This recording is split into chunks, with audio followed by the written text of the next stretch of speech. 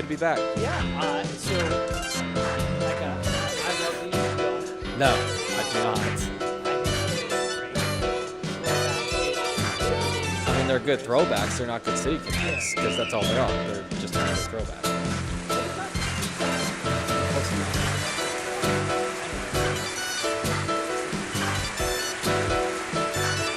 I chose to wear it for tonight to talk about the Raiders, among other things. But, Brett, first things first. Yeah. Not a pretty one. Exactly. I agree. What do you think? I thought, well, so last night, about halftime, we were in the 10 o'clock newscast, and I'm Fred's producer for that, and we were talking to each other in our IFBs, and he was like, is this TCU 2.0? Like, is this TCU all over again? I was like, it's not quite that bad. I mean, like, San Diego State didn't look like they completely didn't belong there, but they clearly weren't up to the task of taking on UConn. I mean, it was a boring game. I mean, it was pretty much instantly 10, 12 points, and I mean, did it ever tighten back up? I mean, San Diego State made a small run, got it down to like, 6 or something like that. Yeah, but it never felt like, oh, this is a game. You know, it didn't because UConn, when they needed to, got a bucket and pushed it back to 8, Yeah. 10, and next thing you know, UConn run. Yeah. Whatever. So, yeah, I mean, they were dominant all tournament, one of the most dominant. Had a man wearing a t-shirt said Virginia is for lovers. Had a Bible in his left hand and a bottle in the other. He said all you're really given is the sunshine in your name. We both started laughing when the sky started to rain. Get along down the road. We got a long, long way to go. Scared to live, scared to die. We ain't perfect, but we try. Get along. I didn't know that. While we can always give love the upper hand. Paint a wall, learn to dance. Call your mom, buy a boat, drink a beer, sing a song, make a friend. Can't we all get along? Oh, yeah. I mean, it was boring. Someone along the billboard 1-800 get to know me. Wondered what I thought it was great. I thought it was one of the best tournaments ever, which, it being the best ever, is part of the reason the championship may have not been, because so many good teams were knocked out early, which is fun early, but it may have led to not as good. down the road. We got a long, long way to go. Scared to live, scared to die. We ain't perfect, but we try. Get along while we can. Always give love the upper hand. Paint a wall, learn to dance. Call your mom, buy a boat, drink a beer, sing a song, make a friend. Can't we all get along? Defense? Yeah. Yeah.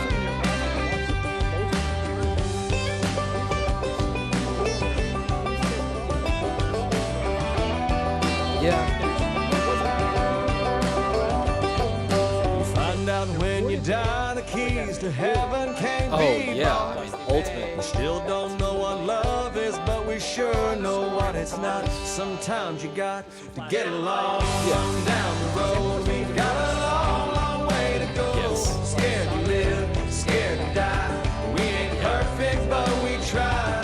Get along while we can. Always give love the upper hand. Paint a wall, learn to dance. Call your mom, buy a boat, drink a beer, sing a song, make a friend. Can't we all get along?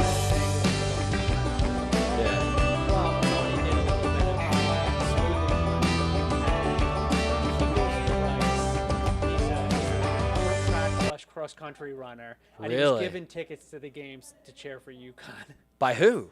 by the By the NCAA? By the NCAA. What are we doing? So they were bringing people in. Now, he was smart. He goes to Rice, and the only letter that's in both Rice and UConn is C, so he put a C on That's his a good chest. point. So if there's ever a picture of him with just a C on, he can be like, oh, that was a Rice game. But he was crowd surfing through. So, I didn't see that. It wasn't great. Like, the secondary market for tickets was probably extraordinarily weak for this. Oh, yeah, for sure. And I'm sure the Four. networks probably weren't thrilled about there not being a single blue blood in it.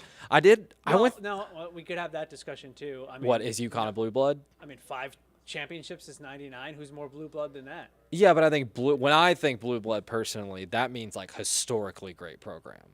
And yes, they've been recently well, it's a quarter great. century now that they've been, and they were good prior to that. So quarter century, 5 championships. They're a good team. They're a great program. They don't have the history of like Kentucky. Right, that's my point. Or of Kansas. Yeah, But I'm thinking like North original Carolina, 6 Duke. in hockey, Yeah. that type of like one of the first. So then great, basically, in your estimation, the blue bloods will never change. There will never be a new blue blood. No, probably not. Okay. Yeah, probably not. So it's just set. You're either blue blood or not. Yeah, pretty much. I think so. This is something. Before we move on, I did think about this earlier. I went through and looked at who got upset that could have been in that game against UConn from the left side of the bracket. I don't know if any of these games would have been better. And we can quickly hit on this and move on. But Arizona, they lost to Princeton first round. I don't know if Arizona UConn would have been any better. Hardly knew ye. I mean, they were just like, Right, yeah, and like, it's the same thing with Purdue. And I think we all knew what was going to happen to Purdue the second they got in the tournament. If you watched their conference tournament, I mean, it's one of the reasons that I won both pools I was in. yeah, like I had Purdue going out pretty early. the and blueprint was FAU, out on Purdue. Yeah, moving up a little bit. Number 1 Bama, they ended up losing to San Diego State. Marquette, who shock a smart, like that was never going to work. I don't know if there was anybody in that whole left side of the bracket that could have given us a better game than San Diego State did. Yeah, I mean, Bama UConn would have been interesting. That was the I think one. by that point, Bama would have been basically supervillains. Oh, yeah. Because they were already Yeah. sort of viewed as that team. Nobody. I don't think anybody was shed a tear when they lost. No. So, but yeah, if they had gotten all the way to the final, I think you would have had a pretty heavy, unbiased, or people who didn't really have a interest in the game rooting for UConn over Bama. Oh, yeah. It probably would have been a higher scoring, more exciting game as well. But that was just something I thought about earlier. Yeah, and that's the other thing about the game itself was that it wasn't even very exciting. At No. least the San Diego State FAU game was exciting. The Miami UConn game was never really that close, but it was even a little bit more exciting than that. But yeah. To me, it just felt like the same. It felt like UConn played the same in 2 games back to back. And it also came the day after the women's championship game. Which was, on Twitter last night, people took a short break from arguing about race and who has class and who doesn't to say this game sucks a lot more. Can we rewatch the women's game? Is that your segue into That's my the segue. Caitlin That's Clark That's how we do it. Angel Reese stuff? Yeah. I know you got some takes on that. Yeah, I mean, I said from the start that I just thought it was weird that she was following around Caitlin Clark near the end of the game. That's all. Yeah. I had no problem at all with her talking some trash when they were standing while somebody was shooting free throws side by side. Like, I have no problem at all with that. That's just part of intense high level sports. And I'm sure Caitlin Clark was chirping. She said she was chirping. Yeah. She did this. There were a couple of things that I took a little bit of issue with. One was her just following her around. It's like, that's weird. Like, that was celebrate with your teammates. That was the weird part to me. And that wouldn't it's the timing of it. That wouldn't have been weird had it been a minute left in the game and there's still a possession or 2 to go and you're in the zone. Probably would have gotten teed up if she had been doing it at that point. Probably. But that I do agree with you. That was the only thing that I was like, that's kind of odd doing it at the very end. You have like Caitlin Clark's just like trying to just avoid it at all costs. And then you also have like her teammates starting to celebrate and she's doing it. And I almost felt like it was kind of a little bit for the cameras, a little bit like, let me make sure that this gets there because she's, she's big into NIL money. She's big into her social media following. Hey, so it's and working. She said as much, today that it was kind of a calculated thing that she wanted to do, which is fine. Yeah. So, I had a little bit of an issue with that. But other than that, I don't know. Then people it just evolved. It's exploded. If you go on Twitter, it just evolved into just Yeah, that's what I was going to say. No matter your take, I think it's been blown out of proportion a bit. Well, then if you missed it, Caitlin Clark came out and did an interview this afternoon, and she said she loves Angel Reese's game. Mm-hmm. She has no problem at all with her giving her back a little bit of the trash talk. Doesn't think that she should be, looked at bad in any way for doing that. And also doesn't think that Iowa should go to the White House either. Yeah, which they shouldn't. They Which is lost. just that's like the craziest take of all. Like, what are we doing here? Inviting the You losers lost. to the White Yeah, House. No, I mean. Has that ever been Come on, done? Ever?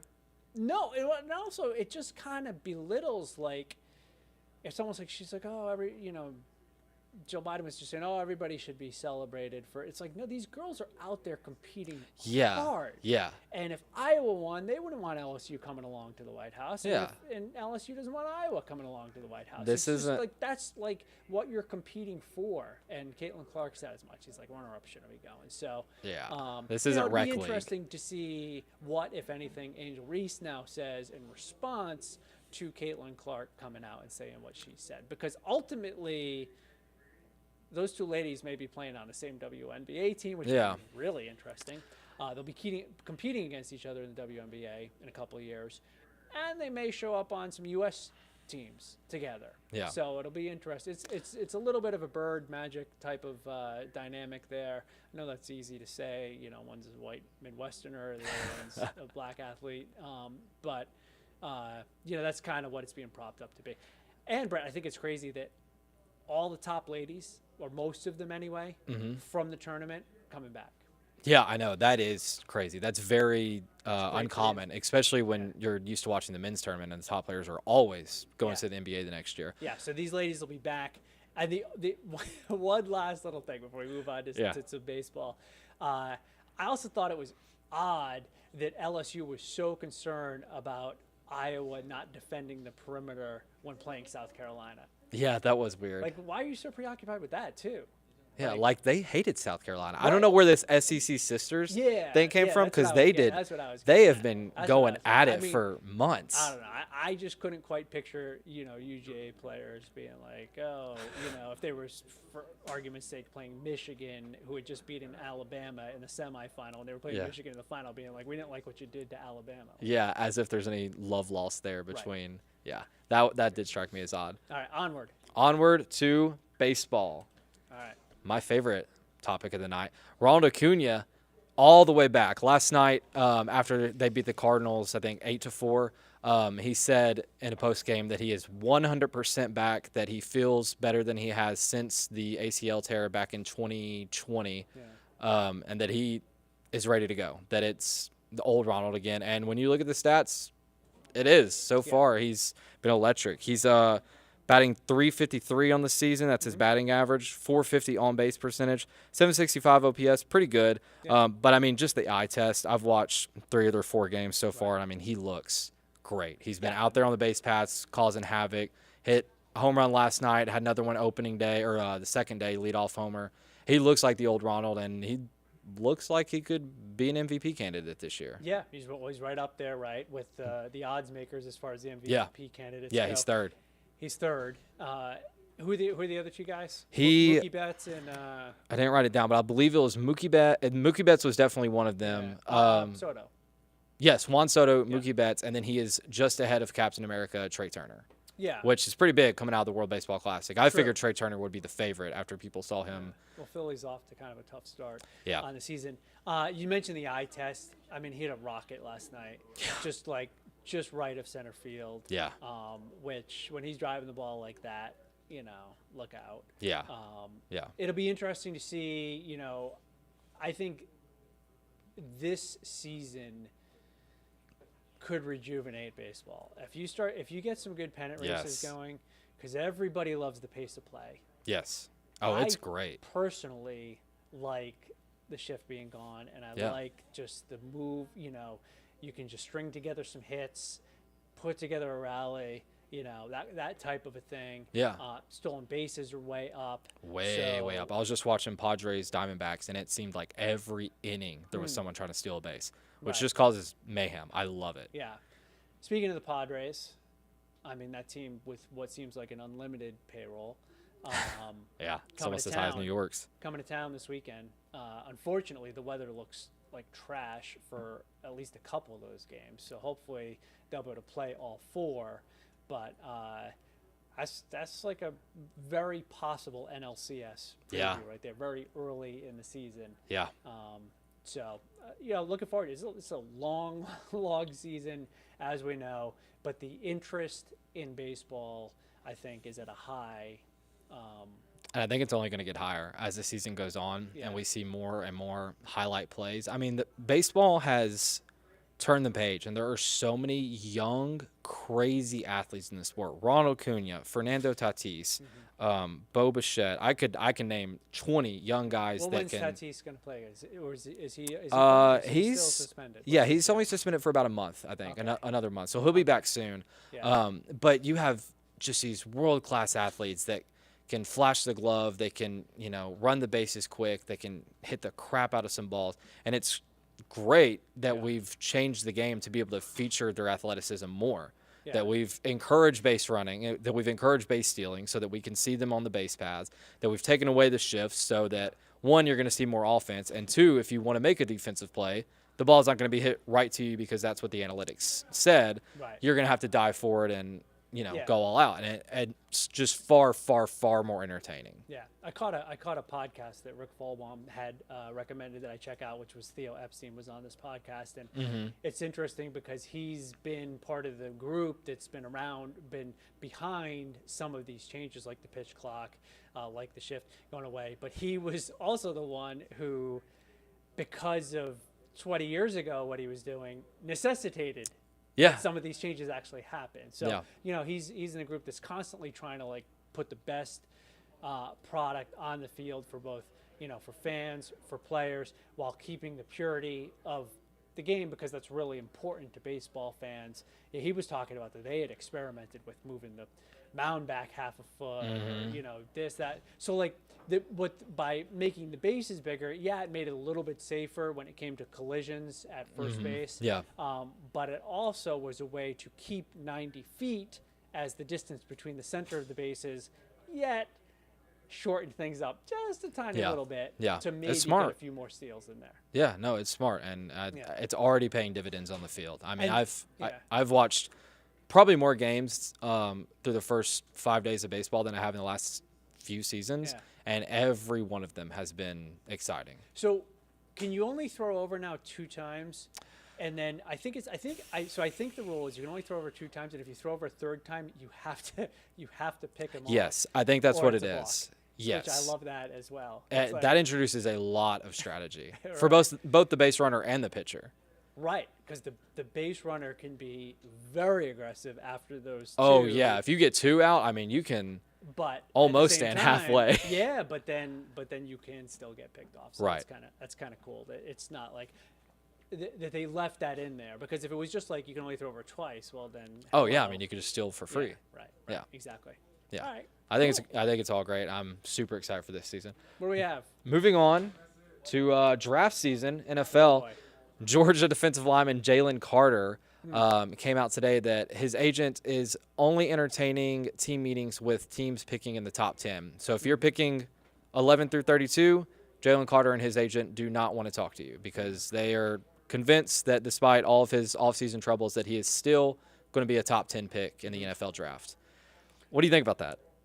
Well, my guess would be that he has somewhat of a promise from a top 10 team, or Probably. he and his agent feel like he's had multiple meetings with those top 10 teams that have gone extremely well, and that there's no chance of him falling out of the top 10. I mean, it's not unheard of. Given Right. his situation, it's a little Yeah. bit different for sure, because if for some reason the dominoes start to fall and they don't fall the way that is expected, which can happen with some trades and stuff. Yes, yeah. And teams moving up, and all of a sudden a team that was like, we're going to take you, is like, hey, you know what, we're going to trade back because we're getting this amount of value. Right. We're going to take this other person. Then that could precipitate a free fall as teams get a little bit skittish about taking a guy that they haven't spent any time with. Especially with the offseason concerns. That's Right. why I don't understand this move. I don't see how it hurts you to talk to teams 11 through 32. If you think there's a 99% chance you're going in the top 10, that's great. Yeah. But I don't think it lowers that chance for you to talk to a team picking 15, 16. It's not like when you talk to, I can't think of a team picking 15, 16, but if you talk to one of those teams, it's not like a team in the top 6 suddenly isn't going to want you. Yeah. I mean, the Patriots are picking 14th. I know that. But, Yeah. You know, and for a long time, they would be the type of team that would be rumored to definitely do their due diligence if he was slipping. So maybe he's just not slipping that much. You know, maybe they must have a very good read that he's going higher. And I bet they do. But nobody again, likes you ultimatums. never know. Like nobody. So it does seem very weird. Like, why not just pick the teams? If a team at 15 calls and is like, hey, we want you to come in, and just be like, yeah, you know what, we're not going to. Yeah. But maybe they decided, I don't know. They decided what they decided. So I guess we'll see him off the board in the top 10. I guess I mean, they obviously have more information than us. My whole thing is I just don't understand what it hurts. Yeah. Other than the time spent to talk to those teams. But Well, there's that, you Yeah. know, and it's he's a lot of travel and everything else. Sure, but I mean, Like, put that what's on a the credit card. You'll be able to pay it off in a few months. Yeah, you think? Yeah, I don't know. Maybe I don't know. I guess that would be my follow-up question is why, and the answer would be probably because we're pretty confident he's going to go in the top 10. Yeah, sounds like you will. No, they're just trying to speak it into existence. Yeah, well, Yeah. good luck to him. All right. Fred, what's on your mind tonight? I guess we can stay. What do we have? Like a minute or two left? Uh, Yeah, I guess we could about a stay with minute the NFL. On my mind is that there was a report that came out today that the Patriots are actively shopping Mac Jones to a bunch of different teams. Yes. who are the takers the Raiders, there? the Commanders. The Raiders. Yeah. After so- signing Jimmy G? Well, I mean, he's stopgap. I saw another report today that the Raiders are looking to move up and get the Cardinals number 3 pick. I've seen that as well. Yeah, and they just brought in Brian Hoyer. So and Danny Amendola. So McDaniels is trying to do a little Patriots, in the desert out there. Good of some luck. Sort. Good luck. Danny Amendola is a coach. Hoyer basically is the coach at this point too. Yeah. But he would be on the roster. But so I think that's interesting. I think we're going to see something happen with Lamar Jackson afterward. I think if nothing else, Belichick is sending a very strong message to Mac Jones that he wasn't happy because apparently what Jones did was went outside of the organization, called some people at Alabama last year in the middle of the season to be like, hey, how do I fix this? Or possibly called Sark in Texas. Talking about his ankle? No, the offense. Oh. Yeah. No, called Alabama, called either it was either some old friends in Alabama he called. I doubt Bill O'Brien was one of them because then it would seem like an odd story to put that out now. Yeah. Or some people were speculating that he called Sarkisian in Texas. I mean, I guess it depends on the They how in depth was it? Was it just like, hey, coach, have you seen my tape? Got any tips? Or was it, hey, this offense sucks. How can I change it? More than that, and I think Belichick's just like, you're either with us or you're against us. Yeah, especially after he wants it locked down there. Yes. So I just thought that was interesting. We'll see what happens. It's going to be, it's going to be crazy to see, draft night because there are so many possibilities. Still no consensus one. It sounds like Stroud might be, the one who's most likely. But I don't know. What's in your mind? Honestly, Cardinals Braves, which is coming up here in about 15 minutes. Yeah. That's the only thing on my mind tonight. Got some lefties on the mound tonight. Should be fun. That Cardinals lineup hits lefties well. I am a Cardinals fan despite being on an Atlanta sports show and living in Atlanta. But I enjoy the Braves. I mean, they're a great team too. So I'm just excited for that game here in 10 minutes, 15 minutes. See, I'm wearing a Braves jersey.